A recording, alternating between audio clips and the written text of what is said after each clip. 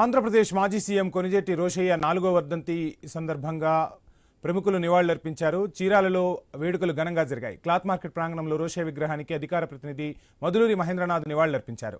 ఆంధ్రప్రదేశ్ అభివృద్ధిలో రోషయ్య కీలక పాత్ర పోషించారని చెప్పారు.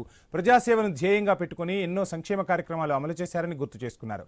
సమస్యల పరిష్కారానికి నిరంతరం కృషి చేయడంతో ఆయన ప్రజల మనసుల్లో చిరస్థాయిగా నిలిచారని కొనియాడారు.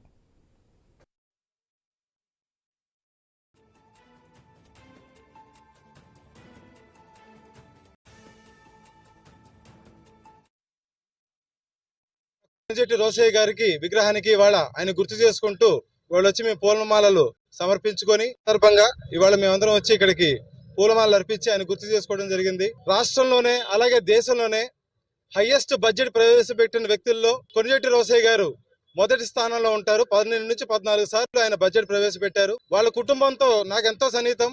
వాళ్ళ మనవాళ్ళు అనిరుద్ధ్ గాని హర్ష అన్న గాని వీళ్ళందరూ కూడా నా సీనియర్స్. అనిరుద్ధ్ నా జూనియర్. మేము రోషయ్య గారు ఉన్నప్పుడు వారి ఇంటికి కూడా వెళ్ళాము. చెన్నై ఆయన గవర్నర్గా ఉన్నప్పుడు గవర్నర్ బండ్లకు కూడా వెళ్ళాము. చాలా మంచి వ్యక్తి, సౌమ్యుడు.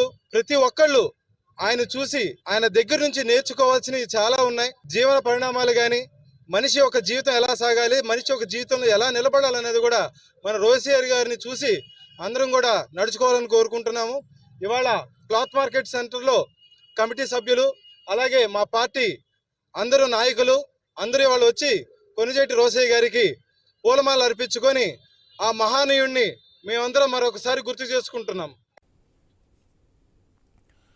హైదరాబాద్ రవీంద్ర భారతిలో మాజీ సీఎం కొనిజేటి రోషయ్య వర్ధంతి నిర్వహించారు. ఆయన చిత్రపటానికి శాసనమండలి చైర్మన్ గుత్తా సుఖేందర్ రెడ్డి, స్పీకర్ గడ్డం ప్రసాద్ కుమార్, మంత్రి పొన్నం ప్రభాకర్ ఘన నివాళులర్పించారు. వి హనుమంతరావుని రోషయ్య మెమోరియల్ ట్రస్ట్ సత్కరించింది.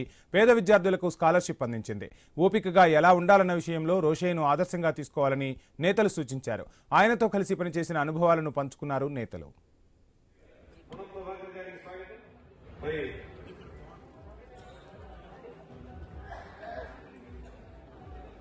అశేష విశేష జనాన్వయ